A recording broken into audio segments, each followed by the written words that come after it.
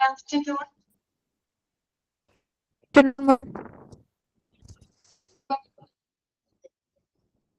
Okay, Anjana. Okay, Sharanya.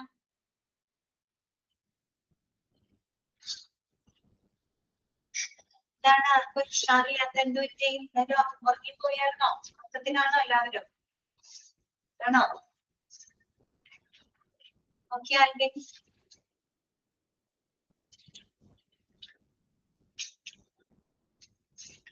Okay ഇങ്ങനെയുണ്ടായിരുന്നു 3 ദിവസം.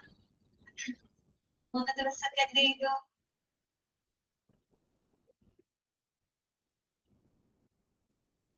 എന്താണ് ആരും പറയാത്ത? എല്ലാവരും ഭയങ്കര ശോകമാണല്ലോ.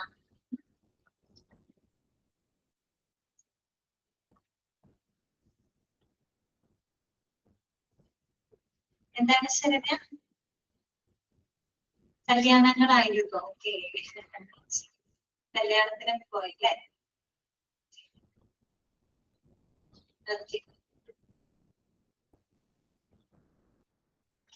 എനിക്ക് പെരുന്നാളായിരുന്നു.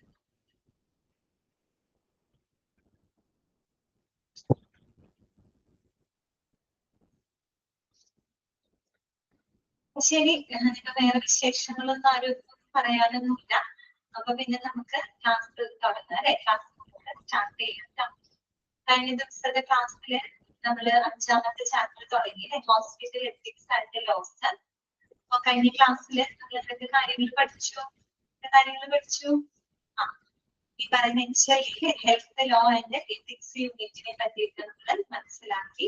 അവരുടെ ഇമ്പോർട്ടൻസ് കണ്ടു. പിന്നെ medical ethics and conduct, medical പ്രൊഫഷണൽസിന്റെ അവരുടെ ബിഹേവിയർ, ഡിസൈറബിൾ ആയിട്ടുള്ള ഒരു ബിഹേവിയർ ചേഞ്ചിന് വേണ്ടിയിട്ട് അവർ പാലിക്കേണ്ടതാണുള്ള അല്ലെങ്കിൽ അതിനെ അടിസ്ഥാനമാക്കുന്ന മെഡിക്കൽ എത്തിക്സുകൾ എന്തൊക്കെയാണെന്നുള്ളത് നമ്മൾ കണ്ടു. അതിനകത്ത് അല്ലെ ഹിപ്പോക്രാറ്റിക് ഓത്ത്, അതുപോലെ declaration of Geneva, Helsinki declaration, international code of medical ethics, അതുപോലെ നമ്മൾ ഓരോ എന്താണ് എത്തിക്സിന്റെ കോട്ടുകൾ അല്ലെ, ഓരോ ഹിപ്പോക്രാറ്റിക് പറയുന്ന ജനീവ ഡിക്ലറേഷന്റെയും അതുപോലെ ഇന്റർനാഷണൽ കോഡ് ഓഫ് മെഡിക്കൽ എത്തിക്സിന്റെ കോട്ടുകൾ നമ്മൾ പഠിച്ചിട്ടുണ്ട് അല്ലെ. പിന്നെ നമ്മൾ Indian medical council act 1956 act നമ്മൾ പഠിച്ചു. എന്നാണ് ആക്ട് നിലവിൽ വന്നത്? 1986 ഡിസംബർ 30-നാണ് കേട്ടോ. ഏതൊക്കെ തവണ എത്ര പ്രാവശ്യം ഭേദഗതി ചെയ്തിട്ടുണ്ട്? എത്ര പ്രാവശ്യം അമെന്റ്മെന്റിന് വിധേയമായിട്ടുണ്ട്? 3 പ്രാവശ്യം. ഏതൊക്കെയാണ് 3 വർഷങ്ങൾ ഓർത്തു വെക്കുന്നത് കേട്ടോ? 1964, 1993, അതുപോലെ 2000. ഈ വർഷങ്ങളിലാണ് ഈ പറയുന്ന ഇന്ത്യൻ മെഡിക്കൽ കൗൺസിൽ ആക്ട് 1956 ഭേദഗതി ചെയ്തത്. പിന്നെ ആ ആക്ടിന്റെ കുറച്ച് പ്രത്യേകതകൾ നമ്മൾ പറഞ്ഞു. ആ ആക്ട് അനുസരിച്ചുള്ള കുറെ ഡെഫിനേഷൻസുകൾ നമ്മൾ പരിചയപ്പെട്ടു അല്ലെ. അതിന്റെ അവസാനത്തെ ഡെഫിനേഷൻ ഞാൻ പറഞ്ഞിട്ടുണ്ടായിരുന്നു. എല്ലാവരും അത് എഴുതിയെടുത്തു. അപ്പൊ അത്രയും ഭാഗങ്ങളൊക്കെ വായിച്ചു നോക്കിയിരുന്നോ? ജസ്റ്റ് ഒന്ന് ഓടിച്ചെങ്കിലും വായിച്ചു നോക്കിയോ എല്ലാവരും? അന്ന് ക്ലാസ് കഴിഞ്ഞ് അന്ന് പോയി പിന്നീട് വായിക്കാതിരുന്നോ? ഇല്ല, വായിക്കണോ കേട്ടോ. നമ്മൾ ക്ലാസ്സിൽ കേൾക്കുന്ന കാര്യങ്ങള് അന്ന് ഒത്തിരി പ്രാവശ്യം പഠിക്കാന്നല്ല ഞാൻ പറയുന്നത്, ജസ്റ്റ് അതൊന്ന് വായിച്ച് നിങ്ങളുടെ മനസ്സിലേക്ക് അത് കയറ്റി വെച്ചിരിക്കുന്നു കേട്ടോ. ഓക്കെ, അപ്പൊ നമുക്ക് ബാക്കിയുള്ള കാര്യങ്ങൾ നോക്കാം. എളുപ്പമാണ്. ചാപ്റ്റേഴ്സ് വളരെ എളുപ്പമാണ്, കുഴപ്പമൊന്നുമില്ല. അതായത് നമ്മള് ഡിപ്ലോമയില് കുറച്ച് എത്തിക്കൽ ആൻഡ് ലീഗൽ ഇഷ്യൂസ് എന്ന് പറഞ്ഞൊരു ചാപ്റ്റർ പഠിച്ചില്ലേ? അതിനകത്ത് കുറെ ആക്ടുകൾ പഠിച്ചു. അതിൽ പഠിച്ച കുറച്ച് ആക്ടുകളുടെയൊക്കെ എക്സ്പ്ലനേഷനും കാര്യങ്ങളൊക്കെയാണ് ഈ ചാപ്റ്ററിനകത്ത് വരുന്നത്. പണ്ട് നമുക്ക് നോക്കാം ലീഗൽ റെസ്പോൺസിബിലിറ്റി ഓഫ് ഹോസ്പിറ്റൽ. ഒരു ഹോസ്പിറ്റലിന്റെ നിയമപരമായിട്ടുള്ള ഉത്തരവാദിത്തങ്ങൾ എന്തൊക്കെയാണ്? What are the legal responsibilities of A hospital? ഒരു ഹോസ്പിറ്റലിന്റെ ലീഗൽ റെസ്പോൺസിബിലിറ്റീസ് എന്തൊക്കെയാണ്? ഇതൊക്കെയാണ് ഒരു ഹോസ്പിറ്റലിൽ നമ്മൾ അറിഞ്ഞിരിക്കണം അല്ലെ. ഒരു ഹോസ്പിറ്റലിൽ വർക്ക് ചെയ്യുമ്പോൾ ഒരു ഹോസ്പിറ്റലിലെ ലീഗൽ റെസ്പോൺസിബിലിറ്റി അല്ലെങ്കിൽ നമ്മൾ അവിടെ പാലിക്കേണ്ട എത്തിക്സും കാര്യങ്ങളും എന്തൊക്കെയാണെന്നുള്ളത് നമുക്ക് പ്രാക്ടിക്കൽ ലൈഫിൽ ആവശ്യമായിട്ട് വരും അല്ലെ. അപ്പൊ നോക്കിയേ, ഇതൊക്കെയാണ് ലീഗൽ റെസ്പോൺസിബിലിറ്റി. ഫസ്റ്റ് പോയിന്റ് എന്താണ്? Hospital is a public institution അല്ലെ. Hospital is a public institution. നമുക്കറിയാം ഹോസ്പിറ്റൽ എന്ന് പറയുന്നത് എന്താണ്? ഒരു പൊതുസ്ഥാപനമാണ്. നമ്മൾ ഡിപ്ലോമയിലെ ഇൻട്രൊഡക്ഷൻ ചാപ്റ്ററിൽ തന്നെ പഠിക്കുന്നുണ്ട് അല്ലെ. It's A public institution, it's A public organisation അല്ലെ. ഇതാണ് പൊതുജനങ്ങൾക്ക് സേവനങ്ങളും മറ്റൊക്കെ കൊടുക്കുന്ന ഒരു പബ്ലിക് ഇൻസ്റ്റിറ്റ്യൂഷൻ ആണ് ഇത് ഹോസ്പിറ്റൽ എന്ന് പറയുന്നത്. ഒരു പ്രൈവറ്റ് ഹോസ്പിറ്റൽ ആയിക്കോട്ടെ അല്ലെങ്കിൽ ഒരു ഗവൺമെന്റ് ഹോസ്പിറ്റൽ എന്തോ ആയിക്കോട്ടെ, ഹോസ്പിറ്റൽ എന്ന് പറഞ്ഞാൽ തന്നെ എന്താണ്, പബ്ലിക് ഇൻസ്റ്റിറ്റ്യൂഷൻ ആണ് അല്ലെ, പൊതുജനങ്ങൾക്ക് സേവനങ്ങൾ കൊടുക്കുന്ന ഒരു ഇൻസ്റ്റിറ്റ്യൂഷൻ ആണ്. It deals with life and health അല്ലെ, ഈ പറയുന്ന ലൈഫ്, ജനനം, മരണം ഇതൊക്കെ കൈകാര്യം ചെയ്യുന്ന ഒരു ഇൻസ്റ്റിറ്റ്യൂഷൻ ആണ് ഹോസ്പിറ്റൽ എന്ന് പറയുന്നത്. Health carries the specified responsibilities and liabilities within and outside the hospital. Hence carries specified responsibilities and liabilities within and outside the hospital. അതുകൊണ്ട് തന്നെ ഹോസ്പിറ്റലിനെ സംബന്ധിച്ച് നമുക്കറിയാം, പബ്ലിക് ഇൻസ്റ്റിറ്റ്യൂഷൻ ആയതുകൊണ്ട് തന്നെ ഒരു ഹോസ്പിറ്റലിനകത്തും പുറത്തുമായിട്ട് അവർക്ക് സ്പെസിഫിക് ആയിട്ടുള്ള റെസ്പോൺസിബിലിറ്റീസും ലൈബിലിറ്റീസും ഒക്കെ ഉണ്ട് അല്ലെ, അതിൻ്റെതായ ഉത്തരവാദിത്തങ്ങളും ബാധ്യതകളും ഒക്കെ ഉണ്ട് അല്ലെ. ഹോസ്പിറ്റലിന്റെ സേവനം എന്ന് പറയാൻ ആ ഒരു ഹോസ്പിറ്റലിന്റെ കൗണ്ടറിക്കകത്ത് മാത്രം ഒതുങ്ങി നിൽക്കുന്നതാണോ? അല്ല, പുറത്തേക്കുണ്ട് അല്ലെ, ഈ സേവനങ്ങൾ കൊടുക്കേണ്ട ഒരു റെസ്പോൺസിബിലിറ്റിയും ലൈബിലിറ്റീസും ഒരു ഹോസ്പിറ്റലിന്റെ. പിന്നെ അടുത്തത് എന്താണ്? Failure to comply invites legal action അല്ലെ. എങ്ങനെയുള്ള ലീഗൽ റെസ്പോൺസിബിലിറ്റീസ് പാലിക്കുന്നതിന് പരാജയപ്പെട്ട് കഴിഞ്ഞാൽ അത് നിയമ നടപടികൾക്ക് കാരണമായേക്കാം അല്ലെ. ഹോസ്പിറ്റലിന് വേണ്ട കുറെ ലീഗൽ റെസ്പോൺസിബിലിറ്റീസ് ഉണ്ട് അല്ലെ. അപ്പൊ ഇത്തരം ലീഗൽ റെസ്പോൺസിബിലിറ്റീസ് പാലിക്കാതിരുന്ന് കഴിഞ്ഞാൽ അത് നിയമ നടപടികൾക്ക് കാരണമാകും. ഓക്കെ. പിന്നെ അടുത്തത് എന്താണ്?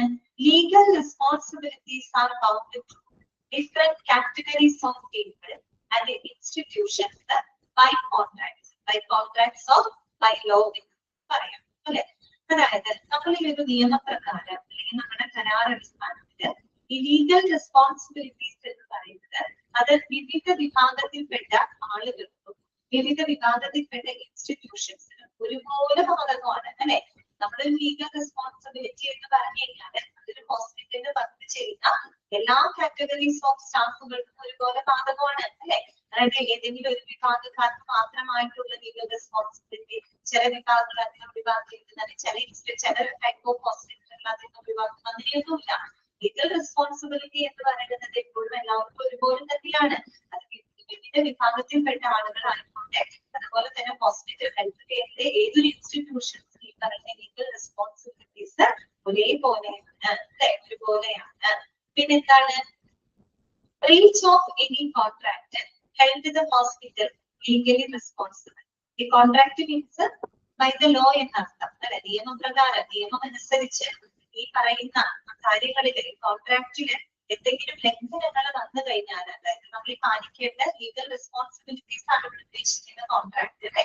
അപ്പൊ അത്തരം നിയമങ്ങളിൽ എന്തെങ്കിലും വീഴ്ച സംഭവിച്ചു കഴിഞ്ഞാൽ അതിന് ഹോസ്പിറ്റലിൽ നിയമപരമായിട്ട് ഉത്തരവാദി. Breach of any contract held the hospital legally responsible അല്ലെ. അതായത് ഈ പറയുന്ന ഇത്തരം നിയമങ്ങൾക്ക് എന്തെങ്കിലും ലംഘനങ്ങൾ വന്നു കഴിഞ്ഞാൽ ഇത് ഹോസ്പിറ്റലിന്റെ നിയമപരമായിട്ട് ഉത്തരവാദിയായിരിക്കും. പിന്നെന്താണ്? Laws related to medical practice are increasingly laws related to medical practice are increasingly compliant. അതുപോലെ തന്നെ മെഡിക്കൽ പ്രാക്ടീസുമായിട്ട് ബന്ധപ്പെട്ട നിയമങ്ങൾ കൂടുതലായിട്ട് പാലിക്കപ്പെട്ടിരിക്കുന്നു. അതും ഒരു ഹോസ്പിറ്റലിന്റെ റെസ്പോൺസിബിലിറ്റി ആണ് അല്ലെ.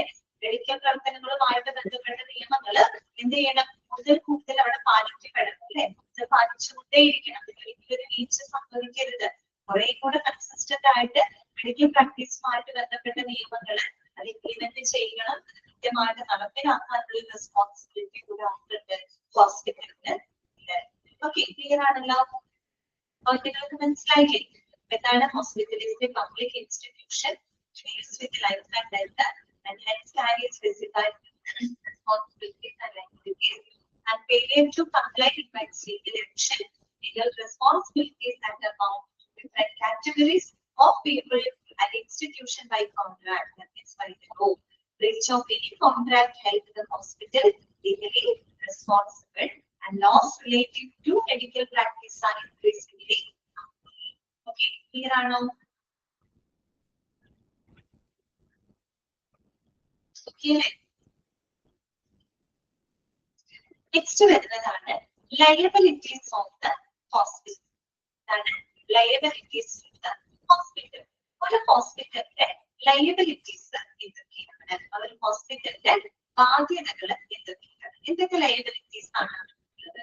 നോക്കിയത് ഓരോ വ്യക്തികളോടും അവിടെ ഒരു ഹോസ്പിറ്റലിന്റെ ഭാഗമാകുന്ന ഓരോ ആളുകളോടും ഹോസ്പിറ്റലിന്റെ ബാധ്യത ഒരു ലയബിലിറ്റി ഉണ്ട്. അതിനെ പറ്റിയിട്ടാണ് ഇവിടെ പറയുന്നത്. ഫസ്റ്റ് പോയിന്റ് നോക്കിയേ, to the owner to follow the rules and regulations for achieving the objective.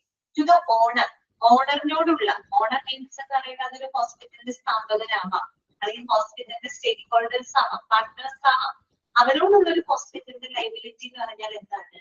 To follow the rules and regulations for achieving the objectives, അല്ലെ? ലക്ഷ്യങ്ങൾ നേടിയെടുക്കുന്നതിന് വേണ്ടിയിട്ടുള്ള നിയമങ്ങളും ചട്ടങ്ങളും ഒക്കെ പാലിക്കുക എന്നുള്ളത്. ഒരു ഹോസ്പിറ്റലിന് അതിൻ്റെതായ ചില വിഷൻ ആൻഡ് മിഷൻ ഉണ്ടാവും, അല്ലെ? അതിൻ്റെതായ ചില ലക്ഷ്യങ്ങള്, ഗോൾസ് ആൻഡ് ഒബ്ജക്റ്റീവ്സുകൾ ഉണ്ടായിരുന്നു. അത് നേടിയെടുക്കുന്നതിന് വേണ്ടിയിട്ട് അതിനനുസരിച്ചിട്ടുള്ള നിയമങ്ങളും അതുപോലെ തന്നെ നിയന്ത്രണങ്ങളും അത് പാലിക്കപ്പെടണം, അല്ലെങ്കിൽ അത് ഫോളോ ചെയ്യണം. അതിനാവശ്യമായിട്ടുള്ള നിയമങ്ങളും ചട്ടങ്ങളും രൂപീകരിക്കുകയും അത് ഫോളോ ചെയ്യുകയും ചെയ്യാനുള്ളത് ഹോസ്പിറ്റലിന്റെ ലയബിലിറ്റിയാണ്. ഏതൊരു ഹോസ്പിറ്റലിൽ അവരുടേതായ വിഷനുണ്ട്, അവരുടേതായ ലക്ഷ്യങ്ങളുണ്ട്. ആ ലക്ഷ്യങ്ങൾ എന്താണോ അത് നേടിയെടുക്കാൻ അതിനനുസരിച്ചിട്ടുള്ള നിയമങ്ങളും ചട്ടങ്ങളും രൂപീകരിക്കുകയും അത് കൃത്യമായിട്ട് ഫോളോ ചെയ്യുക എന്നുള്ളത് ഹോസ്പിറ്റലിന്റെ ഒരു ബാധ്യതയാണ്, അല്ലെ? പിന്നെ ടു ദ സ്റ്റാഫ്, സ്റ്റാഫിനോടുള്ള ഒരു ഹോസ്പിറ്റലിലെ ലയബിലിറ്റി എന്താണ്? ഒരു ഹോസ്പിറ്റലിൽ വർക്ക് ചെയ്യുന്ന സ്റ്റാഫുകൾക്ക് ഒരു ഹോസ്പിറ്റലിന്റെ ലയബിലിറ്റി എന്താണ്? To provide a safe, healthy, congenial atmosphere to work, അല്ലെ? അവർക്ക് ഏറ്റവും സുരക്ഷിതമായിട്ടുള്ള, ആരോഗ്യകരമായിട്ടുള്ള, അതുപോലെ സൗഹാർദ്ദപരമായിട്ടുള്ള ഒരു തൊഴിൽ അന്തരീക്ഷം അവർക്ക് പ്രൊവൈഡ് ചെയ്യും. ശരിയല്ലേ? ഒരു ഹോസ്പിറ്റലിൽ വർക്ക് ചെയ്യുന്ന സ്റ്റാഫുകൾ, അല്ലെ? അവർക്ക് ഒരു ഹോസ്പിറ്റൽ ഇതൊക്കെ കൊടുത്തിരിക്കണം. അവർക്ക് ഏറ്റവും സേഫ് ആയിട്ടുള്ളത്, വളരെ ഹെൽത്തി ആയിട്ടുള്ള, വളരെ കൺജീനിയൽ, മീൻസ് വളരെ ഫ്രണ്ട്ലി ആയിട്ടുള്ള, സൗഹാർദ്ദപരമായിട്ടുള്ള തൊഴിൽ അന്തരീക്ഷം അവർക്ക് പ്രൊവൈഡ് ചെയ്യണം, അല്ലെ? പ്രത്യേകിച്ച് ഹെൽത്ത് കെയർ സ്റ്റാഫുകളാണ്. അവരുടെ സുരക്ഷിതത്വം എന്ന് പറയുന്നത് വളരെയധികം ഇമ്പോർട്ടന്റ് ആയിട്ടുള്ള കാര്യമാണ്, അല്ലെ?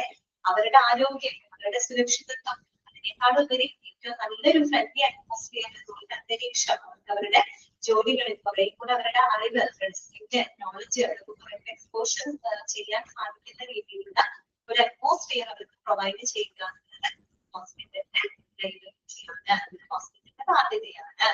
ഓക്കെ, അടുത്ത പോയിന്റ് എന്താണ്? Safety of the building and equipment and sanitary പ്രൊവൈഡൻസ്.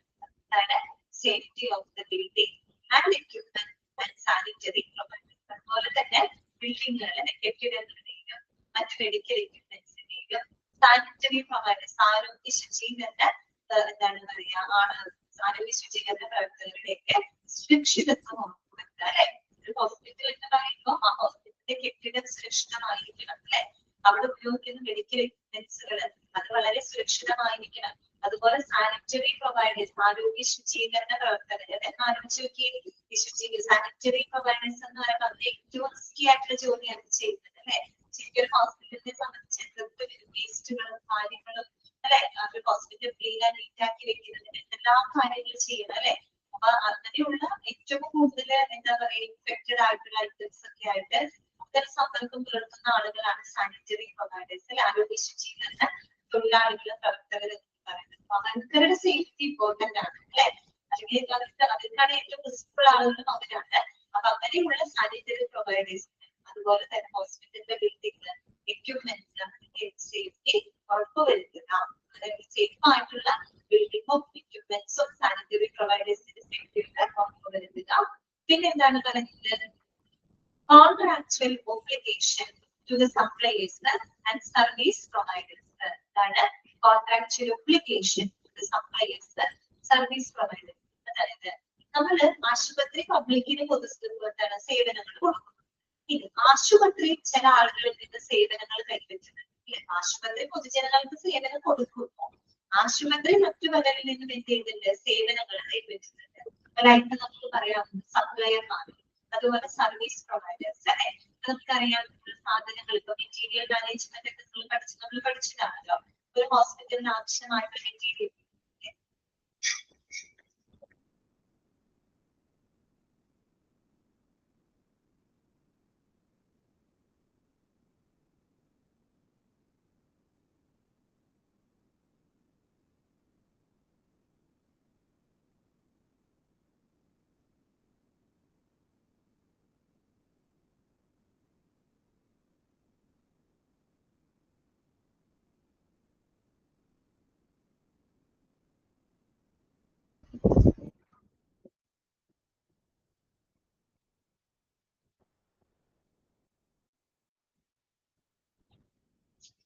ഹോസ്പിറ്റലിൽ സേവനങ്ങൾ കൈപ്പറ്റുന്നുണ്ട്. ഇപ്പൊ നമ്മള് ഒരു ഹോസ്പിറ്റലിന് ആവശ്യമായിട്ടുള്ള മെറ്റീരിയൽസ്, സപ്ലൈസ് ഇതൊക്കെ ഹോസ്പിറ്റലിൽ വാങ്ങുന്നത് പുറമേ നിന്നുള്ള വെൻഡേഴ്സിൽ നിന്നാണ്.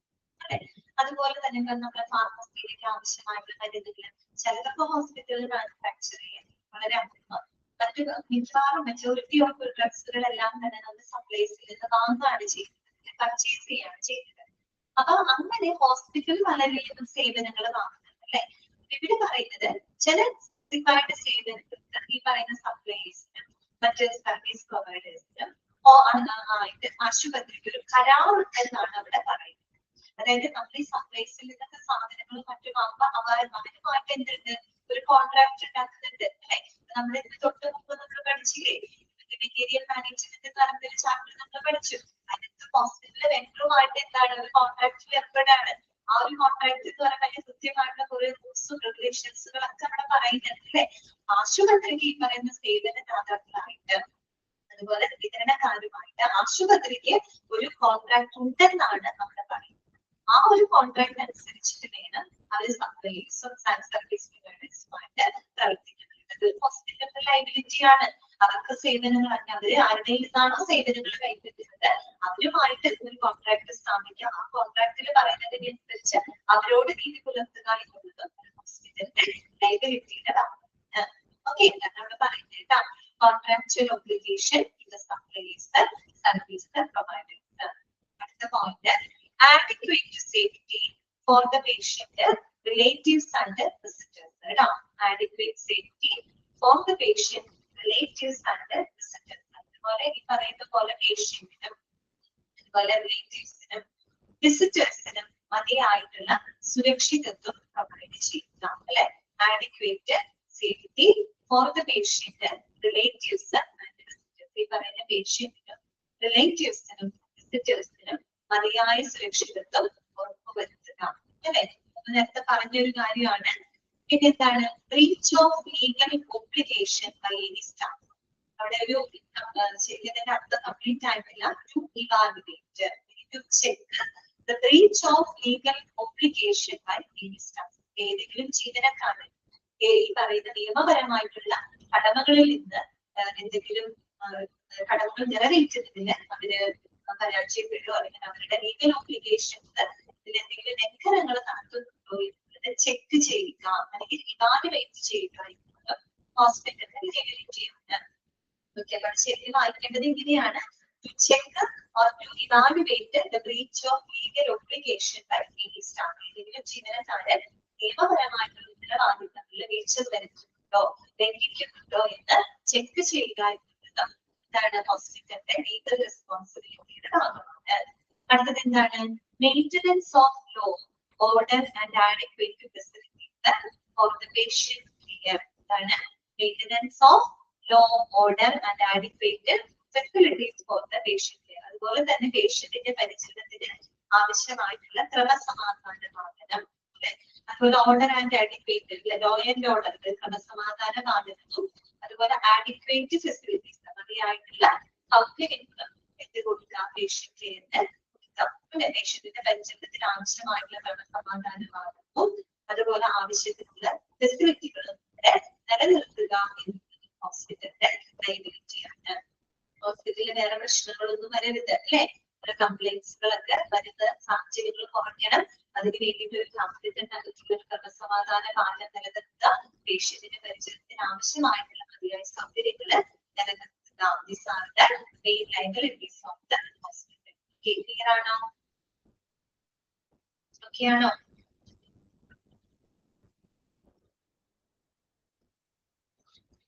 ജസ്റ്റ് ഒന്ന് വായിച്ചു നോക്കി, ജസ്റ്റ് ഒന്ന് വായിച്ചു നോക്കുക.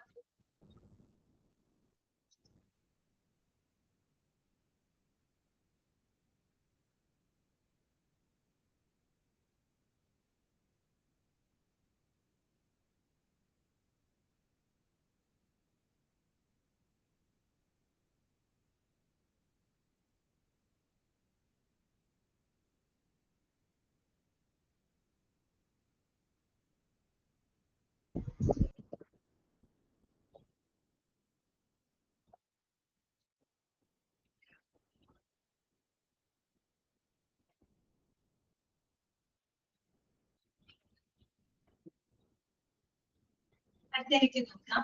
നെക്സ്റ്റ് നമുക്ക് പഠിക്കാനുള്ളത് legal aspect of medical care ആണ് കേട്ടോ. മെഡിക്കൽ പരിചരണവുമായിട്ട് ബന്ധപ്പെട്ട ചില നിയമപരമായിട്ടുള്ള വശങ്ങളാണ് ഇവിടെ പറയുന്നത് കേട്ടോ.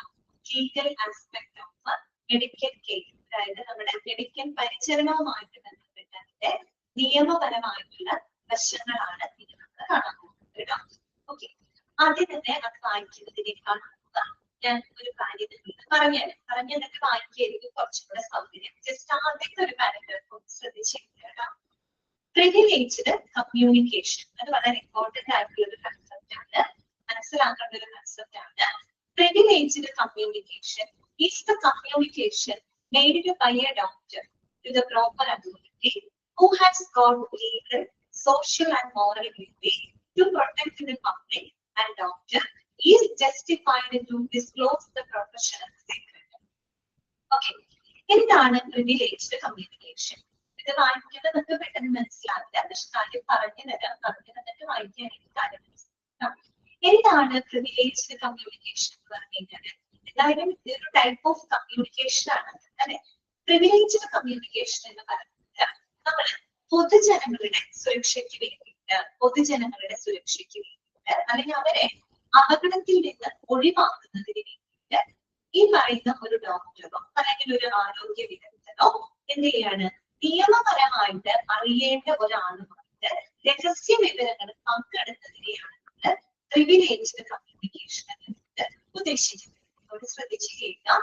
പ്രിവിലേജ്ഡ് കമ്മ്യൂണിക്കേഷൻ എന്ന് പറഞ്ഞ ഒരു ടൈപ്പ് ഓഫ് കമ്മ്യൂണിക്കേഷൻ ആണത്. ഇത്തരത്തിലുള്ള ആശയവിനിമയമാണ്.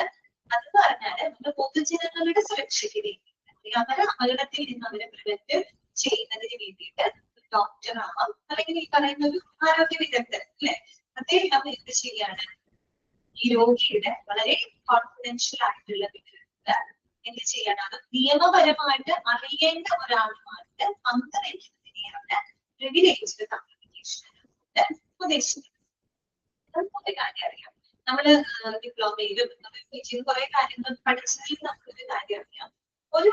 ഒരു പേഷ്യന്റിനെ സംബന്ധിച്ച് അവരുടെ കോൺഫിഡൻഷ്യാലിറ്റി മെയിൻറ്റെയിൻ ചെയ്യാന്നുള്ളത് ഏറ്റവും പ്രധാനപ്പെട്ട ഒരു കാര്യമാണ്. ഇതൊരു പേഷ്യന്റിന്റെ റൈറ്റ് ആയിട്ടാണ് നമ്മൾ പഠിച്ചിരിക്കുന്നത് അല്ലെ. പേഷ്യന്റ് റൈറ്റ്സ് ഓഫ് ഹെൽത്ത് എന്നൊക്കെ പറഞ്ഞ ഒരു ഡിപ്ലോമയിൽ പഠിച്ചിട്ടുണ്ട്. അതിനകത്ത് അറിയാം, ഒരു പേഷ്യന്റിന്റെ കോൺഫിഡൻഷ്യാലിറ്റി ഉറപ്പുവരുത്തുക എന്നുള്ളത്, അവരുടെ സ്വകാര്യതയെ പാലിക്കുക എന്നുള്ളത് അതൊരു പേഷ്യന്റിന്റെ റൈറ്റ് ആണ്. അത് റൈറ്റ് ആണെന്ന് മാത്രമല്ല, അവരുടെ കോൺഫിഡൻഷ്യാലിറ്റി മെയിൻറ്റെയിൻ ചെയ്യാന്നുള്ളത് ഒരു ഹോസ്പിറ്റലിന്റെ ലീഗൽ റെസ്പോൺസിബിലിറ്റി കൂടിയാണ് അല്ലെ, നിയമപരമായിട്ടുള്ള ഉത്തരവാദിത്വമാണ്. പക്ഷെ ചില സാഹചര്യങ്ങളിൽ ചില അപകടങ്ങളിൽ നിന്ന് പൊതുജനങ്ങളെ സംരക്ഷിക്കുന്നതിന് വേണ്ടിയിട്ട് ഡോക്ടർക്ക് ഒരു പക്ഷേ രോഗിയുടെ ചില രഹസ്യ വിവരങ്ങൾ എന്ത് ചെയ്യേണ്ടതായിട്ട് വരും, നിയമപരമായിട്ട് അറിയേണ്ട നിയമപരമായിട്ട് ഒരു അതോറിറ്റിയെ നമുക്ക് അറിയിക്കേണ്ടതായിട്ട് വരും. ഒരു എക്സാമ്പിൾ പറയാം, നമ്മൾ കോവിഡ് നേരിട്ട ആൾക്കാരാണ്. നമുക്കറിയാം, ഒരാൾക്ക് കോവിഡ് നമ്മൾ അവിടെ റിപ്പോർട്ട് ചെയ്യുമ്പോൾ നമ്മൾ അത് ഒളിച്ചു വെക്കുകയല്ല ചെയ്തത്. ആ പേഷ്യന്റിനെ സംബന്ധിച്ച് വളരെ കോൺഫിഡൻഷ്യൽ ആണ്. പക്ഷെ നമ്മളത് റിപ്പോർട്ട് ചെയ്ത് കഴിയുമ്പോൾ എന്തുണ്ടായി, നമ്മളത് നമ്മൾ അറിയിച്ചു അല്ലെ. അത് അറിയിക്കണം, അറിയിച്ചില്ലെങ്കിൽ എന്ത് സംഭവിക്കും, ഇപ്പൊ ആളുകളെ സ്പ്രെഡിങ് കൂടും. അതുപോലെ നിപ്പ വൈറസ് വന്നപ്പോൾ അങ്ങനെ ചെയ്തത്, നിപ്പ റിപ്പോർട്ട് ചെയ്തപ്പോൾ എന്ത് ചെയ്തു, ശരിക്കും എന്ത് ചെയ്തു, അത് ആളുകൾ അറിയിച്ചു. ആളുകളെ അറിയിക്കുകയല്ല, നമ്മൾ ആദ്യം അറിയിക്കുന്നത് അതോറിറ്റിനെയാണ് നമ്മൾ അറിയിക്കുന്നത്. തോന്നിയ ആൾക്കാരെല്ലാം ഒരു ലീഗൽ അതോറിറ്റിനെ നമ്മൾ അറിയിക്കും. ആ ലീഗൽ അതോറിറ്റിനെ അറിയിക്കുന്നത് എന്തിനു വേണ്ടിയിട്ടാണ്, അതായത് ആ ഒരു സ്പ്രെഡിങ് ഒഴിവാക്കാൻ വേണ്ടിയിട്ടാണ്, അല്ലെങ്കിൽ നമുക്ക് ഇനി ഉണ്ടാകുന്ന വലിയൊരു അപകടത്തിനെ പ്രിവെന്റ് ചെയ്യുന്നതിന് വേണ്ടിയിട്ടാണ്. നമ്മൾ ലക്ഷ്യമിടുന്നത് എന്താണ്, പൊതുജനങ്ങളുടെ സുരക്ഷ അല്ലെ, അവരുടെ സ്ഥിതി ഒരിക്കലും അപകടത്തിലാക്കരുത്. അതിന് വേണ്ടിയിട്ടാണ് നമ്മളത് റിപ്പോർട്ട് ചെയ്യുന്നത്. അത് നമ്മൾ റിപ്പോർട്ട് ചെയ്യുന്നത് ലീഗൽ അതോറിറ്റിയോടാണ്, നിയമപരമായിട്ട് അറിയേണ്ട ഒരാളുമായിട്ടാണ്. അതായത് നമ്മൾ പറയില്ലേ ലീഗൽ അതോറിറ്റി, നിയമപരമായിട്ട് അറിയേണ്ട ഒരാൾ എന്ന് പറഞ്ഞാൽ എന്താണ് ഉദ്ദേശിക്കുന്നത്, ജനങ്ങളുടെ സംരക്ഷണത്തിന് വേണ്ടിയിട്ട് സാമൂഹികമായിട്ടും നിയമപരമായിട്ടും ധാർമ്മികമായിട്ടും ഉത്തരവാദിത്തമുള്ള ആളുകളെയാണ് നമ്മൾ ലീഗൽ അതോറിറ്റി എന്നോട് ഉദ്ദേശിക്കുന്നത്. ഏതൊക്കെയാണ് ഇപ്പൊ നമ്മുടെ നിയമനിർവഹണ ഏജൻസി, പോലീസ്, കോടതി, അവരൊക്കെ പൊതുജനങ്ങളുടെ സുരക്ഷയ്ക്ക് വേണ്ടി പ്രവർത്തിക്കുന്ന ആളുകളാണ്.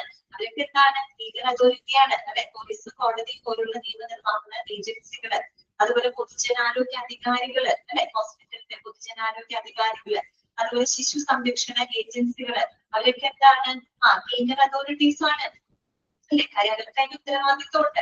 അപ്പൊ അങ്ങനെയുള്ള ആളുകളോട് ചില സാഹചര്യങ്ങളിൽ, എല്ലാ സാഹചര്യത്തിലല്ല, ചില സാഹചര്യങ്ങളില് പൊതുജനങ്ങളുടെ സുരക്ഷയ്ക്ക് വേണ്ടിയിട്ട് അല്ലെങ്കിൽ അവരെ അപകടത്തിൽ നിന്ന് അവരെ ഒഴിവാക്കുന്നതിന് വേണ്ടിയിട്ട് ഒരു ഡോക്ടർക്ക് ചിലപ്പോൾ ഒരു രോഗിയുടെ രഹസ്യ വിവരങ്ങള് എന്ത് ചെയ്യേണ്ടതായിട്ട് വരും, അറിയിക്കേണ്ടതായിട്ട് വരും, അല്ലെങ്കിൽ പങ്കുവെക്കേണ്ടതായിട്ട് വരും. അങ്ങനെയുള്ള കമ്മ്യൂണിക്കേഷനെയാണ് പ്രിവിലേജ്ഡ് കമ്മ്യൂണിക്കേഷൻ എന്നതുകൊണ്ട് ഉദ്ദേശിക്കുന്നത്. കൺസെപ്റ്റ് മനസ്സിലായോ? എന്താണ് പ്രിവിലേജ്ഡ് കമ്മ്യൂണിക്കേഷൻ? മറന്നു പോകരുത് കേട്ടോ. കാര്യം മനസ്സിലായോ? ഓക്കെയാണോ? പറഞ്ഞതിന് ക്ലിയർ ആണോ?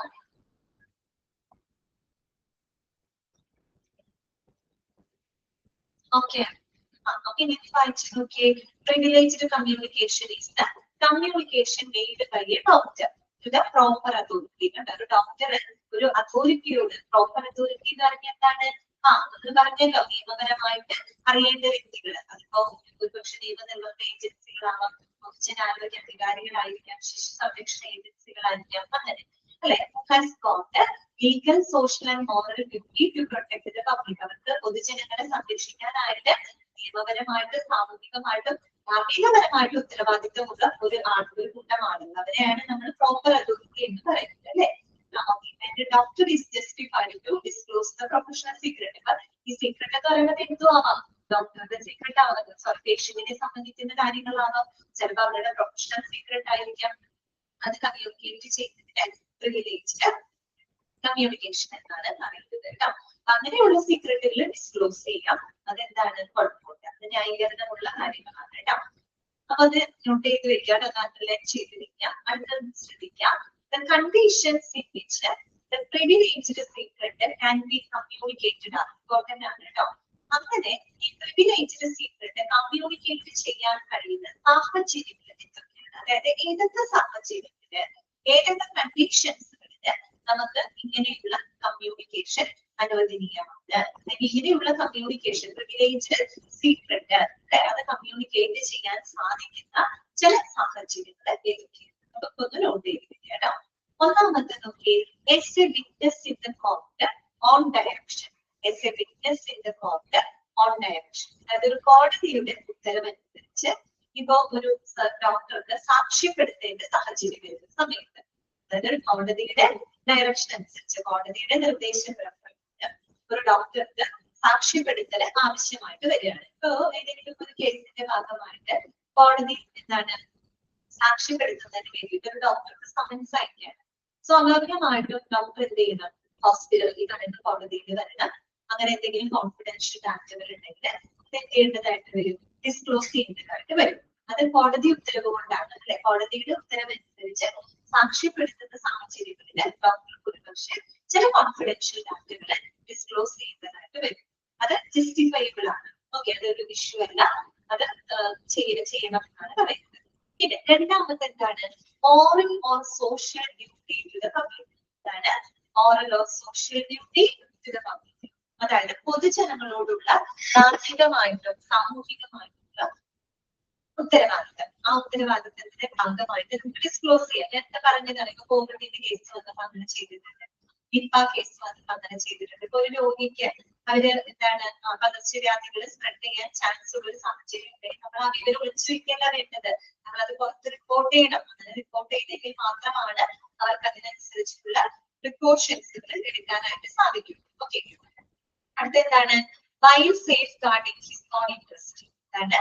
While safeguarding his own interest. അതുപോലെ സ്വന്തം താല്പര്യങ്ങൾ സംരക്ഷിക്കുന്നതിന് വേണ്ടിയിട്ട്, സ്വന്തം താല്പര്യങ്ങൾ സംരക്ഷിക്കാം എന്ന് പറഞ്ഞു എന്താണ് നമ്മൾ ഉദ്ദേശിക്കുന്നത്? ഡോക്ടറുടെ സ്വന്തം താല്പര്യങ്ങൾ എന്ന് പറഞ്ഞു കഴിഞ്ഞാൽ അത് നെഗറ്റീവ് സെൻസിൽ എടുക്കരുത്. ഇപ്പൊ ഒരു ഡോക്ടർ കുറ്റാരോപിതനാവാണെന്ന് വിചാരിക്കുക. ഡോക്ടർ കുറ്റം ചെയ്തിട്ടില്ല, പക്ഷെ ഡോക്ടർ എന്തെങ്കിലും ഒരു കേസിൽ കുറ്റാരോപിതനായി. സ്വാഭാവികമായിട്ടും ഡോക്ടർക്ക് തന്റെ ഭാഗം അല്ലെങ്കിൽ തന്റെ അദ്ദേഹത്തിന് പ്രതിരോധിക്കുന്നതിന്റെ ഭാഗമായിട്ട് അല്ലെ, അദ്ദേഹത്തിന് സേഫ് ഗാർഡ് ചെയ്യുന്നതിന് വേണ്ടിയിട്ട് ചിലപ്പോൾ ചില കോൺഫിഡൻഷ്യൽ ഡാറ്റകൾ ഡിസ്ക്ലോസ് ചെയ്യേണ്ടതായിട്ട് വരും അല്ലെ. അതൊരു തെറ്റായിട്ട് പറയുന്നത് ജസ്റ്റിഫയബിൾ ആണ്. അതാണ് നമ്മൾ ഉദ്ദേശിക്കുന്ന while safeguarding his own interest എന്ന് പറയുമ്പോൾ ഒരു ഡോക്ടറുടെ പേഴ്സണൽ താല്പര്യങ്ങൾക്ക് അനുസരിച്ച് എന്ന് പറയുമ്പോൾ അവിടെ സെൽഫിഷ്നെസ് അല്ല ഉദ്ദേശിക്കുന്നത്. ഞാനൊരു എക്സാമ്പിളിലൂടെ പറഞ്ഞത് കൊണ്ടാണ്. കേസ് വന്നു, ആ കേസിൽ ഡോക്ടർ തെറ്റൊന്നും ചെയ്തിട്ടില്ല, പക്ഷെ ഡോക്ടർ കുറ്റാരോപിതനാവുന്ന ഒരു സാഹചര്യം വരികയാണ്. ഡോക്ടർക്ക് അദ്ദേഹത്തിന്റെ ആ ഒരു എന്താണ് ഈ പറയുന്ന ആ ഒരു അവസ്ഥ വിശദമാക്കാനായിട്ട് അല്ലെങ്കിൽ അദ്ദേഹത്തിന് സ്വയം പ്രതിരോധിക്കാനായിട്ട് ഒരു പക്ഷെ എന്ത് ചെയ്യുന്നതായിട്ട് വരും? ചില കോൺഫിഡൻഷ്യൽ ഡാറ്റകള് ഡിസ്ക്ലോസ് ചെയ്യുന്നതായിട്ട്. ഓക്കെ, പിന്നെ വരുന്നത് എന്താണ്? when the servant is sent by the master for the medical examination. അതുപോലെ ചില മെഡിക്കൽ പരിശോധനയുടെ ഭാഗമായിട്ട് ഇപ്പൊ ഒരു എംപ്ലോയിയുടെ ഒരു എംപ്ലോയർ മെഡിക്കൽ എന്താണ് എക്സാമിനേഷന് വേണ്ടിയിട്ട് അയക്കാൻ ചെയ്യുന്നത്. ഇപ്പൊ നമുക്കറിയാം ചില ജോലികൾക്ക് മെഡിക്കൽ സർട്ടിഫിക്കേഷൻ ആവശ്യമുണ്ട്. പോലീസിന്റെ ജോലി അല്ലെ, അതുപോലെ തന്നെ ആർമിയില് അല്ലെ, അങ്ങനെ പല ജോലികളുണ്ട് അല്ലെ. അതായത് മെഡിക്കൽ സർട്ടിഫിക്കേഷൻ, മെഡിക്കൽ ടെസ്റ്റ് ഒക്കെ കണ്ടക്ട് ചെയ്യുന്ന ചില ജോലികളുണ്ട് അല്ലെ. അങ്ങനെയുള്ള അതായത് ഈ പറയുന്ന തൊഴിൽപരമായിട്ടുള്ള പശ്ചാത്തലത്തില് ചിലപ്പോ ഒരു ഡോക്ടർക്ക് ഒരു ജീവനക്കാരന്റെ മെഡിക്കൽ ടെസ്റ്റ് അല്ലെങ്കിൽ മെഡിക്കൽ വിവരങ്ങൾ ചിലപ്പോൾ അതിന്റെ അവരുടെ എംപ്ലോയറിന് വെളിപ്പെടുത്തേണ്ടതായിട്ട് വന്നിട്ടുണ്ട്. ചില ജോലികൾ മെഡിക്കൽ ഫിറ്റ്നസ് അത്യാവശ്യമാണ് അല്ലെ. അപ്പൊ അങ്ങനെ വരുമ്പോ ഡോക്ടർ എന്ത് ചെയ്യണം, ആ ഒരു ജീവനക്കാരന്റെ മെഡിക്കൽ വിവരങ്ങൾ ആ എംപ്ലോയറിന്റെ അടുത്ത് ഡിസ്ക്ലോസ് ചെയ്യുന്നതായിട്ട് വരും അല്ലെ. അതാണ് നമ്മൾ പറയുന്നത് when a servant is sent by the master or medical examination. Last criminal cases ആണ്. പിന്നെ അറിയാലോ നമ്മൾ മെഡിക്കോ ലീഗൽ കേസസ് ഡെഫിനറ്റ്ലി കേസുകളൊക്കെ പഠിച്ചിട്ടുണ്ട്. അപ്പൊ ക്രിമിനൽ കേസസ് എന്ത് തന്നെയാണെങ്കിലും അത് നിർബന്ധമായിട്ട് ഡോക്ടർ ആരെ അറിയിച്ചിരിക്കണം, പോലീസ്, കോടതി പോലുള്ള ലോ എൻഫോഴ്സിംഗ് ഏജൻസിനെ അറിയിച്ചിരിക്കണം. അവിടെ അത് രഹസ്യമാക്കി വെക്കാൻ പാടും. അതാണ് പറയുന്നത്. ഇതാണ് പ്രിവിലേജ്ഡ് കമ്മ്യൂണിക്കേഷൻ എന്ന് പറഞ്ഞാൽ പൊതുജനങ്ങളുടെ സുരക്ഷയ്ക്ക് വേണ്ടിയിട്ട് അവരെ അപകടത്തിൽ നിന്ന് പ്രിവെന്റ് ചെയ്യുന്നതിന് വേണ്ടിയിട്ട് ഈ പറയുന്ന ഡോക്ടർ രോഗിയുടെ ആ ഒരു കോൺഫിഡൻഷ്യൽ ഡിസ്ക്ലോസ് ചെയ്തില്ല. അല്ലെങ്കിൽ അത് നിയമപരമായിട്ട് അറിയേണ്ട, ഒരാളുടെ അടുത്ത് പോയി ഡിസ്ക്ലോസ് ചെയ്യേണ്ട, അത് നിയമപരമായിട്ട് അറിയേണ്ട ഒരു വ്യക്തിയുമായിട്ട് ആ വിവരങ്ങൾ പങ്കിടുന്നതിനെയാണ് പ്രിവിലേജ്ഡ് കമ്മ്യൂണിക്കേഷൻ എന്ന് ഉദ്ദേശിക്കുന്നത്. അതുപോലെ ചില ഈ കുട്ടികളെയൊക്കെ ദുരുപയോഗം ചെയ്യുന്ന കേസുകളൊക്കെ വന്നു കഴിഞ്ഞാൽ ഡോക്ടർക്ക് അത് ബോധ്യപ്പെട്ട ഡോക്ടർ അത് എന്ത് ചെയ്യരുത്, ഒളിച്ചു വെക്കരുത്, നിയമപരമായിട്ട് അറിയിക്കണം. ചില കാര്യങ്ങൾ അത് അറിയിച്ചില്ലെങ്കിലാണ് അപകടം അല്ലെ. ഓക്കെ, അങ്ങനെയൊക്കെയുള്ള കേസുകളെയാണ്, അങ്ങനെയുള്ള കമ്മ്യൂണിക്കേഷനാണ് പ്രിവിലേജ്ഡ് കമ്മ്യൂണിക്കേഷൻ. പിന്നെ നിങ്ങൾ നോട്ട് ചെയ്ത് വെക്കേണ്ടത് പ്രിവിലേജ്ഡ് കമ്മ്യൂണിക്കേഷൻ സാധ്യമാകുന്ന സാഹചര്യങ്ങൾ ഏതൊക്കെയാണ്. ഒന്ന്, ഒരു കോടതിയുടെ ഉത്തരവനുസരിച്ച് ഒരു സാക്ഷ്യപ്പെടുത്തുന്ന സാഹചര്യത്തിന്, അതുപോലെ തന്നെ ഒരു ധാർമ്മികമായിട്ടും സാമൂഹികമായിട്ടുള്ള പബ്ലിക് ഉത്തരവാദിത്വത്തിന്റെ ഭാഗമായിട്ട് സ്വന്തം താല്പര്യങ്ങൾ സംരക്ഷിക്കുന്നതിന്, അതുപോലെ മെഡിക്കൽ എക്സാമിനേഷന്റെ ഭാഗമായിട്ട് ഈ പറയുന്ന പോലെ ഒരു എംപ്ലോയിയുടെ വിവരങ്ങൾ എംപ്ലോയറിനോട് വെളിപ്പെടുത്താവുന്നതാണ്. പിന്നെ ക്രിമിനൽ കേസ് അതങ്ങനെ തന്നെ പോയിന്റുകൾ പഠിച്ചു വെക്കുക. ഓക്കെ, ഓക്കെ ആണോ? മനസ്സിലായ, ക്ലിയർ ആയ പോയിന്റുകളൊക്കെ?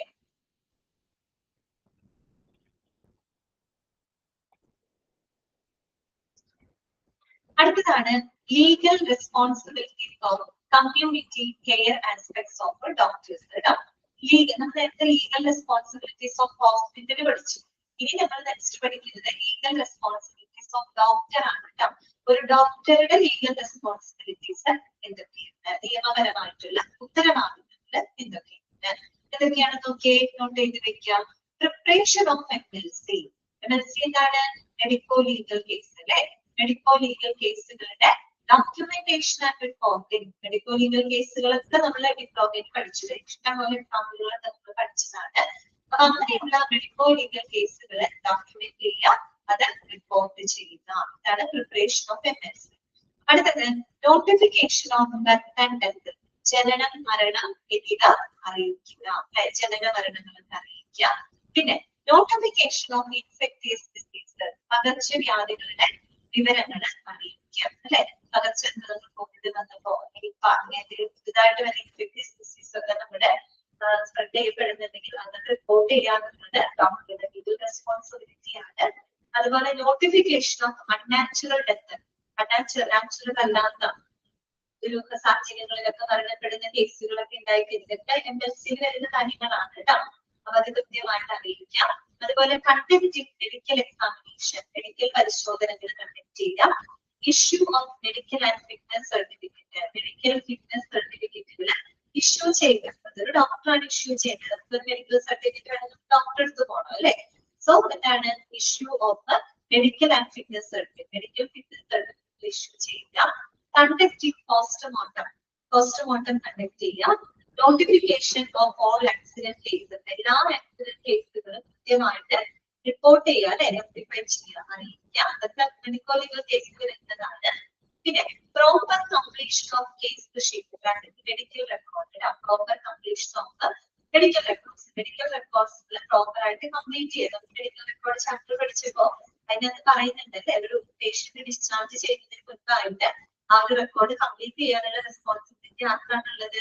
ഫിസിഷ്യൻ ആണെന്ന് പഠിച്ചിട്ടുണ്ട്. 30 ദിവസത്തിനുള്ളിൽ ഒരു മെഡിക്കൽ റെക്കോർഡ് കംപ്ലീറ്റ് ആയിട്ട് ഇരിക്കാൻ പാടില്ല എന്നൊക്കെ നമ്മൾ പഠിച്ചിട്ടുണ്ട്. So proper completion of case sheet, medical records proper ആയിട്ട് കംപ്ലീറ്റ് ചെയ്യുക, പൂർത്തിയാക്കുക. Age determination by the court order. അതുപോലെ കോടതി ഉത്തരവനുസരിച്ച് ചിലപ്പോൾ ഒരു ഏജ് ഡിറ്റർമിനേഷൻ, ഇപ്പൊ പേഷ്യൻസിന്റെ അല്ലെങ്കിൽ എന്തെങ്കിലും കേസുകളുടെ ഒക്കെ ഏജ്, ആ വ്യക്തിയുടെ ഏജ് നിർണ്ണയിക്കുന്നതിന് വേണ്ടിയിട്ട് ഡോക്ടറുടെ റെസ്പോൺസിബിലിറ്റി ഉണ്ട്. അതൊരു പക്ഷേ എന്തെങ്കിലും ക്രിമിനൽ പ്രൊസീഡിങ്സിന്റെ ഭാഗമായിട്ടോ അല്ലെങ്കിൽ എന്തെങ്കിലും വെരിഫിക്കേഷന്റെ ഭാഗമായിട്ടോ ഇമിഗ്രേഷൻ കേസസ് സമയത്ത് ഏജ് ഡിറ്റർമിനേഷൻ ആവശ്യമായിട്ട് വരാറുണ്ട്. അപ്പൊ അത് കോടതി നിർദ്ദേശിക്കും. കോടതിയുടെ ഉത്തരവനുസരിച്ച് ഈ ഒരു ഏജ് നിർണ്ണയിക്കുന്നതിലൊക്കെ ഡോക്ടേഴ്സിന് റെസ്പോൺസിബിലിറ്റി ഉണ്ട്. അതുപോലെ തന്നെ എന്താണ് furnishing medical opinion on court direction. കോടതിയുടെ ഉത്തരവനുസരിച്ച് മെഡിക്കൽ ഒപ്പീനിയനുകൾ, മെഡിക്കൽ അഭിപ്രായങ്ങൾ രേഖപ്പെടുത്തുന്നത്. ചില കേസുകളൊക്കെ വരുമ്പോ കോടതി ഉത്തരവിടും. ഏതെങ്കിലും ഒരു മെഡിക്കൽ പ്രൊഫഷന്റെ അഭിപ്രായം തേടാനൊക്കെയായിട്ട് കോടതി ഉത്തരവിടാറുണ്ട്. അല്ലെങ്കിൽ ഫോറൻസിക് സ്പെഷ്യലിസ്റ്റ് അങ്ങനെയൊക്കെ മെഡിക്കൽ പ്രൊഫഷണൽസ് ചില കേസുകൾ വരുമ്പോ അത് ഡീൽ ചെയ്യാനായിട്ട് കോടതി ഉത്തരവിറക്കും. മെഡിക്കൽ പ്രൊഫഷണൽസിന്റെ ഒപ്പീനിയൻ എടുക്കാനായിട്ട് ആവശ്യപ്പെടും.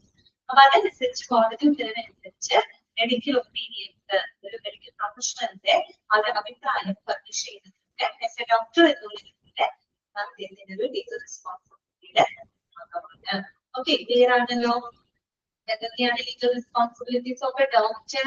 ഇതൊക്കെയാണ് preparation of MLC, notification of birth and death, notification of infectious diseases, notification of unnatural death, conducting medical examination, issue of medical fitness certificate, conducting post-mortem, notification of all accident cases, proper completion of medical records, age determination by court order, and furnishing medical opinion or court direction. Okay, clear?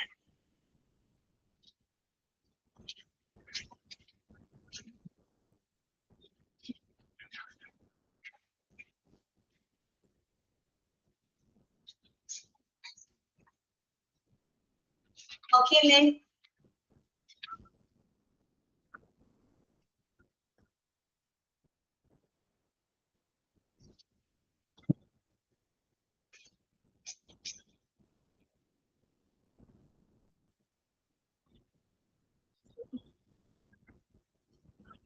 അടുത്തതാണ് next വരുന്നതാണ് state responsibilities of hospital, ബ്രാക്കറ്റിൽ laws governing medical accident. State responsibility of hospital, ബ്രാക്കറ്റിൽ laws governing medical accident. അതായത് നമ്മുടെ medical പ്രവർത്തനങ്ങളുമായിട്ട് ബന്ധപ്പെട്ട നിയമങ്ങളാണ് ഇനി നമ്മൾ പഠിക്കുന്നത്. അതിന് നമ്മൾ സ്റ്റേറ്റ് റെസ്പോൺസിബിലിറ്റി ഓഫ് ഹോസ്പിറ്റലിന് എടുത്തു പറയുന്ന കാര്യം എന്താണ്? ഒരു ഹോസ്പിറ്റൽ സംബന്ധമായിട്ടുള്ള നിയമങ്ങളും ചട്ടങ്ങളും ഒക്കെ രൂപീകരിക്കുന്നതിന് റെസ്പോൺസിബിലിറ്റി അതത് സ്റ്റേറ്റുകൾക്ക് അല്ലെ. സെൻട്രൽ എന്താണ് നമ്മുടെ രാജ്യത്തിനും ഉണ്ട്. അതുകൂടാണ്ട് ഓരോ ഹോസ്പിറ്റലുകളും അവരവര് പ്രവർത്തിക്കുന്ന അതത് സ്റ്റേറ്റുകളിലെ ഹോസ്പിറ്റലിന്റെ പാലിക്കേണ്ടതായിട്ടുള്ളത് അവരുടെ എന്താ പറയാ പ്രവർത്തന ലൈസൻസിങ് ആയിക്കോട്ടെ, ക്വാളിറ്റി സ്റ്റാൻഡേർഡ്സ് ആയിക്കോട്ടെ, അല്ലെങ്കിൽ ഹോസ്പിറ്റലിന്റെ പ്രവർത്തനങ്ങളുമായിട്ട് ബന്ധപ്പെട്ട് അതത് സംസ്ഥാനങ്ങൾക്ക് അവരുടേതായ ചില റെസ്പോൺസിബിലിറ്റീസ് ഉണ്ട് അല്ലെ. ലോസ് ഗവേണിംഗ് മെഡിക്കൽ ആക്ട്, ഇപ്പൊ മെഡിക്കൽ ആക്ടുമായിട്ട് ബന്ധപ്പെട്ട നിയമങ്ങളാണ് അവിടെ പറയുന്നത് കേട്ടോ. എന്തൊക്കെ ആക്ടുകളാണ് നോക്കിയേ? ഫസ്റ്റ് വൺ വരുന്നത്, first one complaints of MTK act. ഇതാണ് complaints of MTK act, medical termination of pregnancy act അല്ലെ. അത് പാലിക്കുക എന്നുള്ളത് ഒരു മെഡിക്കൽ പ്രാക്ടീസുമായിട്ട് ബന്ധപ്പെട്ട നിയമങ്ങളാണ് കേട്ടോ. അതായത് ഹോസ്പിറ്റലിന്റെ പ്രവർത്തനങ്ങളുമായിട്ട് ബന്ധപ്പെട്ട ആക്ടുകൾ. First one complaints of MTK act. MTK എന്താണ്?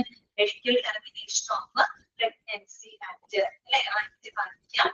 അതുപോലെ തന്നെ complaints of PMGT act, PMGT act പാലിക്കുക. കംപ്ലൈന്റ്സ് ഓഫ് BMW ആക്ട് അല്ലെ, ബയോമെഡിക്കൽ വേസ്റ്റ് മാനേജ്മെന്റ് ആക്ട് പാലിക്കുക. കൺസ്യൂമേഴ്സ് പ്രൊട്ടക്ഷൻ ആക്ട്, ഉപഭോക്തൃ സംരക്ഷണ നിയമം പാലിക്കുക. അതുപോലെ റൈറ്റ് ടു ഇൻഫർമേഷൻ ആക്ട് കേട്ടോ, വിവരാവകാശ നിയമം, റൈറ്റ് ടു ഇൻഫർമേഷൻ ആക്ട്. പിന്നെ ഇഷ്യൂ ഓഫ് ഡിസേബിലിറ്റി സർട്ടിഫിക്കറ്റ് അല്ലെ, വൈകല്യ സർട്ടിഫിക്കറ്റ് ഇഷ്യൂ ചെയ്യാം. ഓർഗൻ ട്രാൻസ്പ്ലാന്റേഷൻ ആക്ട്, അവയവം മാറ്റിവെക്കൽ ആക്ട്. ആർട്ടിഫിഷ്യൽ ഇൻസെമിനേഷൻ ആക്ട്, കൃത്രിമ ബീജസങ്കലന നിയമം. ആർട്ടിഫിഷ്യൽ ഇൻസെമിനേഷൻ ആക്ട്, കൃത്രിമ ബീജസങ്കലന നിയമം, കസ്റ്റഡി ഓഫ് മെന്റലി ഇൽ പേഷ്യൻസ്, അതുപോലെ തന്നെ മാനസിക തകരാറുകളുള്ള രോഗികൾ ക്ഷണം, പിന്നെ PNGT ആക്ട് തന്നെയാണ് നമ്മൾ ഇവിടെ പറഞ്ഞത് കേട്ടോ, സെക്സ് ഡിറ്റർമിനേഷൻ ആക്ട്, അതായത് ലിംഗനിർണയവുമായിട്ട് ബന്ധപ്പെട്ട ആക്ട്, ഫുഡ് അഡൾട്രേഷൻ ആക്ട്, നമ്മൾ പറയാം ഭക്ഷണത്തിന് മായം ചേർക്കലുമായിട്ട് ബന്ധപ്പെട്ട നിയമങ്ങൾ, ഫുഡ് അഡൾട്രേഷൻ ആക്ട് നമ്മൾ ഭക്ഷണത്തിന് മായം ചേർക്കുന്നതുമായിട്ട് ബന്ധപ്പെട്ട നിയമം. ഇത്രയുമാണ് ഒരു മെഡിക്കൽ പ്രവർത്തനങ്ങളുമായിട്ട് ബന്ധപ്പെട്ട് വരുന്ന ലോസ് എന്ന് പറയുന്നത് കേട്ടോ. ഈ ഓരോ ലോകളിൽ തന്നെ ഒരു എന്താ പറയാ ജനറൽ അവയർനെസ് ഇതാണ് ഇനിയുള്ള ബേസിസിൽ നമ്മൾ പഠിക്കാൻ പോകുന്നത് കേട്ടോ. കുറെ ആക്ടുകളൊക്കെ നമുക്ക് ഡീപ്പായിട്ടൊന്നുമില്ല, പക്ഷെ ചില വർഷം അതുപോലെ അവന്റെ ഏത് വർഷങ്ങള് ചില സെക്ഷൻ അങ്ങനെയൊക്കെ ഉള്ളത് പ്രത്യേകം നോട്ട് ചെയ്ത് നോക്കാം. ഞാൻ ആദ്യത്തെ നമ്മൾ പഠിക്കാൻ പോകുന്നത് കംപ്ലൈന്റ്സ് ഓഫ് MTP ആക്ട് ആണ് കേട്ടോ, medical termination of pregnancy act. നമ്മൾ ഡിപ്ലോമയിൽ പഠിച്ചിട്ടുണ്ട് അല്ലെ, medical termination of pregnancy act ഏത് വർഷമായിരുന്നു നിങ്ങൾ ഓർക്കുന്നുണ്ടോ? ഏതാണ് ആ വർഷം? 1971 അല്ലെ, 1971 medical termination of pregnancy act വരുന്നത്. അവിടെ നമ്മൾ പഠിച്ചത് എന്താണ്? അതായത് ഒരു സ്ത്രീക്ക് അവരുടെ ഗർഭധാരണം അവസാനിപ്പിക്കുന്നതിന് നിയമപരമായിട്ട് അനുവദിക്കുന്ന ഒരു ആക്ടാണ് MTP ആക്ട്. ഒരു കാര്യം വിട്ടുപോയി, ഏറ്റവും പ്രധാനപ്പെട്ട ഒരു കാര്യമാണ് ചില പ്രത്യേക സാഹചര്യങ്ങൾ എന്ന് പറയുന്നത് കേട്ടോ. ചില പ്രത്യേക സാഹചര്യങ്ങളിൽ സ്ത്രീകൾക്ക് അവരുടെ ഗർഭം അവസാനിപ്പിക്കുന്നതിന് നിയമപരമായിട്ട് അനുവദിക്കുന്നതിന് കാരണമായിട്ടുള്ള ഒരു ആക്ടാണ് MTP ആക്ട് എന്ന് പറയുന്നത് അല്ലെ, medical termination of pregnancy act എന്ന് പറയുന്നത്. ഓക്കെ, ചില പ്രത്യേക സാഹചര്യങ്ങൾ അല്ലെ, എന്തെങ്കിലും കാരണവശാൽ കുഞ്ഞിന്റെ വളർച്ച അല്ലെങ്കിൽ ഒരു കുഞ്ഞിന്റെ വളർച്ച എന്ന് പറയുന്നത് അമ്മയുടെ ജീവന് ഹാനികരമാണ്, അങ്ങനെയാണെങ്കിൽ അത് എന്ത് ചെയ്യാം? ടെർമിനേറ്റ് ചെയ്യും അല്ലെ. അതുപോലെ ചില കുഞ്ഞുങ്ങള് നമുക്കറിയാം സ്കാൻ വൈകല്യങ്ങളും കാര്യങ്ങളൊക്കെ ഉണ്ടെങ്കിൽ ജനിച്ചു കഴിഞ്ഞാൽ താവുന്ന കേസുകളാണെങ്കിൽ ടെർമിനേറ്റ് ചെയ്യാനായിട്ട് അനുവാദമുണ്ട്. അപ്പൊ ഈ മാത്രമല്ല, സ്ത്രീകളെ സംബന്ധിച്ച് അപകടകരമായിട്ടുള്ള രീതിയിൽ ഗർഭചിത്രം അഘോഷണമൊക്കെ നടത്തുന്നത് പോലെ ഉണ്ടാവുന്ന അപകടങ്ങളൊക്കെ ഒഴിവാക്കാനും കൂടി വേണ്ടിയിട്ടാണ് ഇങ്ങനെ ഒരു ആക്ട് കൊണ്ടുവന്നത് കേട്ടോ. ഓക്കെ, അവരുടെ ഗർഭം അവസാനിപ്പിക്കൽ മാത്രമല്ല, അങ്ങനെ സംഭവിച്ചു കഴിഞ്ഞാൽ തന്നെ എന്താണ്, ഏതെങ്കിലും കാരണവശാല് അത് ദോഷം ചെയ്ത് എന്തെങ്കിലും അപകടങ്ങളൊക്കെ ഒഴിവാക്കാൻ ഉണ്ടാവാൻ സാധ്യതയുണ്ട്, അതൊക്കെ ഒഴിവാക്കാനായിട്ട് കൂടിയിട്ടാണ് ഇങ്ങനെ ഒരു ആക്ട് നിലവിലുള്ളത് കേട്ടോ. ഓക്കെ, ഇത്രയും കാര്യങ്ങൾ നമ്മൾ ഡിപ്ലോമയിൽ പഠിച്ചിട്ടുണ്ട്. ഇനി പറയുന്ന കാര്യങ്ങൾ ശ്രദ്ധിക്കാം. The MTP Act allows for the termination of pregnancy up to 20 weeks of pregnancy. Underline ചെയ്തേ, 20 weeks എന്നുള്ളത് അണ്ടർലൈൻ ചെയ്തേ, ഇതൊക്കെയാണ് നോട്ട് ചെയ്ത് വെക്കേണ്ടത് കേട്ടോ. അതായത് നമ്മുടെ MTP Act അനുസരിച്ച് 20 ആഴ്ച വരെയുള്ള പ്രഗ്നൻസികളെ ടെർമിനേറ്റ് ചെയ്യാനായിട്ട് ഈ നിയമം വ്യവസ്ഥ ചെയ്തിട്ടുണ്ട്. MTP Act allows for termination of pregnancy up to 20 weeks of pregnancy. 20 ആഴ്ച വരെയുള്ള 20 ആഴ്ച വരെ ഉള്ള പ്രഗ്നൻസി അത് ടെർമിനേറ്റ് ചെയ്യാനായിട്ട് നിയമപ്രകാരം ചില പ്രത്യേക സാഹചര്യം കേട്ടോ, ചില പ്രത്യേക സാഹചര്യങ്ങളിൽ 20 ആഴ്ച വരെയുള്ള ആ പ്രഗ്നൻസിനെ ടെർമിനേറ്റ് ചെയ്യാനായിട്ട് അതുപോലെ in case termination of pregnancy is immediately necessary to save the life of the woman, this limits does not apply. അതായത് ഇനിയിപ്പോ ഏതെങ്കിലും സാഹചര്യങ്ങളിൽ ഒരു സ്ത്രീയുടെ ജീവൻ രക്ഷിക്കാനായിട്ട് ഒരു ഇമീഡിയറ്റ് ഉടനടി ഒരു ടെർമിനേഷൻ ആവശ്യമായിട്ട് വരികയെന്ന് വെച്ചാൽ അങ്ങനെയുള്ള കേസിൽ നമ്മൾ ഈ പറയുന്ന പരിധി 20 വീക്ക് എന്നുള്ള ഒരു പരിധിയുടെ ബാധകമായിരിക്കും. അത് ഏറ്റവും അവസാനത്തെ ഒരു അവസ്ഥയാണ് കേട്ടോ. അതായത് ഇപ്പൊ ഒരു സ്ത്രീയുടെ ജീവൻ രക്ഷിക്കാൻ വേണ്ടിയിട്ട് ഉടനടി തന്നെ ഒരു ടെർമിനേഷൻ ആവശ്യമാണെന്ന് ഇരിക്കട്ടെ. അങ്ങനെയുള്ള സാഹചര്യങ്ങളിൽ ഈ ഒരു പരിധി അവിടെ ബാധകമല്ല. 20 എന്നുള്ളതില് പരിധി വേണമെങ്കിൽ കൂടാം. അപ്പൊ അത് അങ്ങനെ പരിധി ബാധകമല്ല എന്ന് പറയുന്നത് ഏത് സെക്ഷൻ അനുസരിച്ചിട്ടാണ്? Section 5 section 5 of the MTP ആക്ടിന്റെ 5ാമത്തെ സെക്ഷൻ അനുസരിച്ചുകൊണ്ടാണ് ഇത് പറയുന്നത്. സ്ത്രീയുടെ ജീവൻ രക്ഷിക്കുന്നതിന് ഉടനടി ഒരു ടെർമിനേഷൻ ആവശ്യമാവുന്ന സാഹചര്യത്തിൽ ഈ പറയുന്ന 20 വീക്ക് എന്ന് പറയുന്ന ലിമിറ്റ് അവിടെ ബാധകമല്ല എന്ന് പറയുന്നത് ഏത് സെക്ഷനാണ്? MTP ആക്ടിന്റെ സെക്ഷൻ 5 പറഞ്ഞു പോകുന്നില്ല. ഇനി ഈ ആക്ടുമായിട്ട് ബന്ധപ്പെട്ട കുറച്ച് കാര്യങ്ങൾ അവിടെ പറയുന്നത്. The medical termination of pregnancy Pregnancy Act 1971. ബ്രാക്കറ്റില് ആക്ട് നമ്പർ 34 of 1971. എന്താണ് അതിൽ ഇഫക്റ്റീവ് വന്നത്? 10th August 1971. നമ്മൾ അവിടെ പഠിച്ചതാണ്. ഡേറ്റും ആഗസ്റ്റ് 12. 1971 ആഗസ്റ്റ് 10ാണ് എന്ത് വരുന്നത്? മെഡിക്കൽ ടെർമിനേഷൻ പ്രഗ്നൻസി ആക്ട് നിലവിൽ വരുന്നത്. ഇനി the Medical Termination of Pregnancy Amendment Act എന്തായിരുന്നു? 2002 ചെയ്തോ. ഇനി ഈ ഒരു നിയമത്തിനെ ഭേദഗതി ചെയ്തത് ഏത് വർഷമാണ്? 2002 ഈ ഒരു നിയമത്തിന് ഭേദഗതി ചെയ്തത്. Medical Termination of Pregnancy Amendment Act 2002. പിന്നെ അതിനുശേഷം ഈ അടുത്ത കാലത്ത് 2021 അമന്റ് ചെയ്തിട്ടുണ്ട്. അതുപോലെ തന്നെ 20 ആഴ്ച എന്നുള്ളത് 24 ആഴ്ചയ്ക്കായിട്ട് ഉയർത്തിയത് ഈ ഒരു അടുത്ത കാലത്താണ്. 2021 വന്നിട്ടുണ്ട്. പക്ഷെ ആ ലേറ്റസ്റ്റ് ഇൻഫർമേഷൻ നമ്മുടെ ടെക്സ്റ്റിൽ കൊടുത്തിട്ടില്ല. ഇത് പഠിച്ചാൽ മതി. അപ്പൊ ആദ്യത്തെ അമെന്റ്മെന്റ് നടന്നത് ഏത് വർഷമാണ്? 2002 നടന്നിട്ടുണ്ട്. പക്ഷെ അതിവിടെ പറഞ്ഞിട്ടില്ല. സോ 2002 അമെന്റ്മെന്റ് ആക്ട് വന്നത്. ഇനി medical termination of pregnancy regulations 2003 the Ministry of Health and Family Welfare, Department of Family Welfare. അതിനുശേഷം 2003 ഓക്കെ 2003 അമെന്റ്മെന്റ് നടത്തി. അത് കഴിഞ്ഞിട്ട് പിറ്റത്തെ വർഷം 2003 medical termination of pregnancy regulations, medical termination of pregnancy ആയിട്ട് ബന്ധപ്പെട്ട നിയന്ത്രണ റെഗുലേഷൻസ് എന്താണ് നിലവിൽ വരുന്നത്? 2003. ചോദ്യം ശ്രദ്ധിച്ച് ആൻസർ ചെയ്യട്ടോ. Medical termination of pregnancy act നിലവിൽ വന്നത് 1971 ആണ്.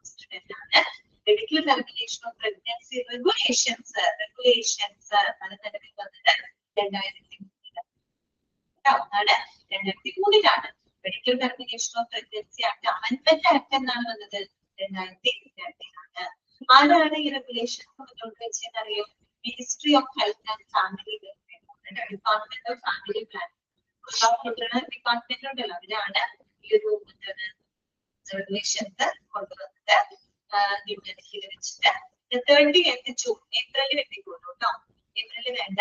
30th June 2003 they extend to all the union territories. 2003 April 13 ഈ ഒരു റെഗുലേഷൻസ് എന്നത് എല്ലാ കേന്ദ്രഭരണ പ്രദേശങ്ങളിലേക്ക് വരെ വ്യാപിപ്പിച്ചു എന്നാണ് പറയുന്നത്. യൂണിയൻ ടെറിട്ടറീസ് വെച്ചാൽ മൊത്തത്തില് ഇന്ത്യയിൽ മാത്രമല്ല ഇന്ത്യയിലെ കേന്ദ്രഭരണ പ്രദേശങ്ങളിൽ ഈ പറയുന്ന ആക്ട് വ്യാപിപ്പിച്ചു എന്നാണ് പറയുന്നത്. ഇത് പഠിക്കേണ്ട പോയിന്റ് ഇത്രയേ ഉള്ളൂ. MTP ആക്ട് അനുസരിച്ച് 20 ആഴ്ച വരെയുള്ള പ്രഗ്നൻസി സ്റ്റോപ്പ് ചെയ്യാനാണ് അനുവാദം. ഇനി അതേസമയം ഒരു സ്ത്രീയുടെ ജീവിതം സ്ത്രീയുടെ ലൈഫ് സേവ് ചെയ്യുന്നതിന് പ്രഗ്നൻസി ടെർമിനേറ്റ് ചെയ്യുന്നുണ്ട്. അതിന് ഈ പരിധി ബാധകമല്ല എന്ന് പറയുന്നത് ഇതേ ആക്ടിന്റെ 5ാമത്തെ സെക്ഷനാണ്. അതുപോലെ തന്നെ ഈ ഒരു ആക്ടിന്റെ ഭേദഗതി നടത്തുന്നത് 2002 medical termination of pregnancy regulations 2003 ആരാണ് മുന്നോട്ട് വെച്ചത്? Ministry of health and family welfare. അതിനുശേഷം അത് കേന്ദ്രഭരണ പ്രദേശങ്ങളിലേക്ക് സ്പ്രെഡ് ചെയ്തത് എന്നാണ് 2003 അതേ വർഷം. എന്താണ്? ജൂൺ 30 ഇത് എല്ലാ യൂണിയൻ ടെറിട്ടറീസിലും സ്പ്രെഡ് ചെയ്യുകയാണ്. Okay, clear?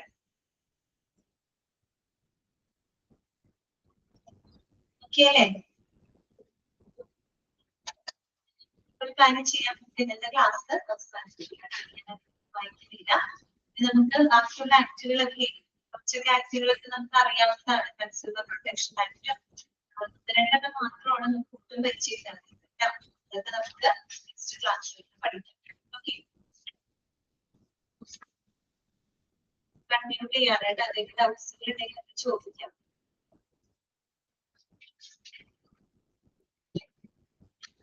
ക്ലാസ് കഴിഞ്ഞ പേര് നെക്സ്റ്റ് ക്ലാസ്സിൽ